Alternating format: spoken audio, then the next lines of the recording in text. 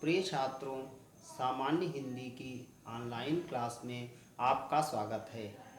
आज हम आपके लिए व्याकरण भाग से संधि प्रकरण प्रस्तुत कर रहे हैं।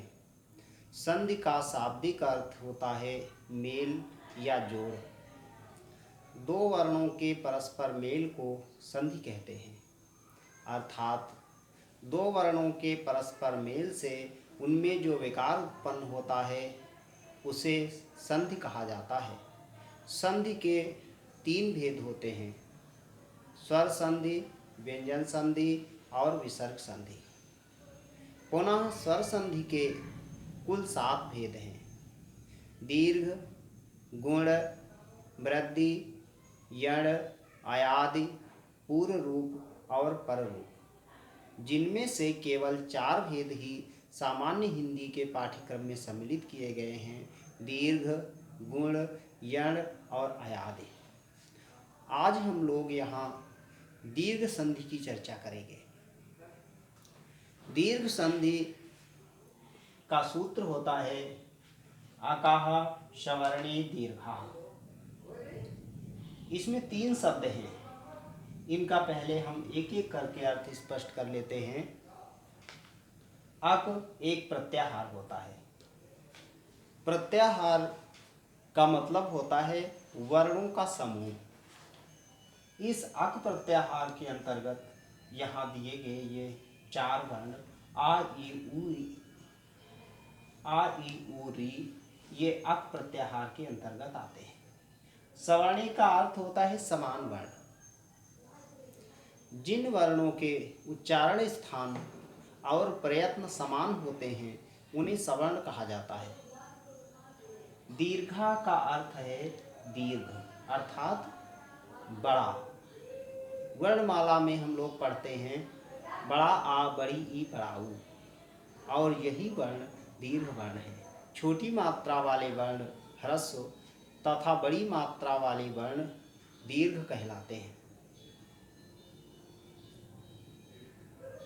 पूरे को स्पष्ट कर देते हैं कि ह्रस्व या दीर्घ आ ई उ री के पश्चात समान स्वर आने पर दोनों मिलकर दीर्घ आ ई उ री हो जाते हैं। जैसे देव प्लस अर्चनम देवार्चनम, हिम प्लस आलयः हिमालयः, मुनि प्लस इंद्रः मुनीन्द्रः, नदी प्लस ईशा नदीशाः, भानु प्लस उदयः भानुदयः, वधु प्लस उत्सवः बराबर वधूत्सवः, पितृ प्लस ऋणम बराबर पितृणम, मातृ प्लस ऋणम बराबर मातृणम।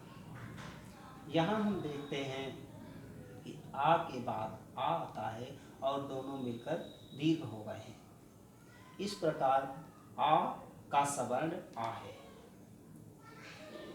इसमें दोनों में से दोनों वर्ण ह्रस्व हो सकते हैं, जैसा कि प्रस्तुत उदाहरण में दिए गए हैं कि पहले भी ह्रस्व आ है और बाद में भी ह्रस्व आ है, दोनों मिलकर के दीर्घ आ हो गया है। इसमें ह्रस्व आ और दीर्घ आ मिलकर दीर्घ आ हुआ है। इसी प्रकार से इन दोनों वर्णों में से दोनों वर्ण भी ह्रस्व हो सकते हैं। दोनों में से कोई एक वर्ण ह्रस्व और एक दीर्घ हो सकता है, चाहे वह पहले वाला वर्ण हो या बाद वाला वर्ण हो, या फिर दोनों वर्ण भी दीर्घ हो सकते हैं और उनके मेल से भी दीर्घ आ ही होगा। इसी प्रकार से ई का सवर्ण ई है और दोनों मिलकर के यहाँ पर दीर्घ हुआ है। अब इनसे हम सूत्र को भी समझ सकते हैं। जैसे आ एक अक है और इसका सवर्ण आ है और दोनों मिलकर यहाँ दीर्घ हो जाते हैं। इस प्रकार यहाँ अकाः सवर्णे दीर्घः, ये बड़ी ही आसानी से समझ में आ जाता है। पहला आ अक है, दूसरा आ इसका सवर्ण है और दोनों मिलकर यहाँ दीर्घ हो गए हैं। इसके अलावा अन्य भी इसके बहुत से उदाहरण हो सकते हैं। यहाँ पर प्रत्येक के 2-2 उदाहरण प्रस्तुत किए गए हैं। आज के वीडियो में बस इतना ही, और अगले दिन हम एक नए प्रकरण के साथ पुनः प्रस्तुत होंगे। धन्यवाद।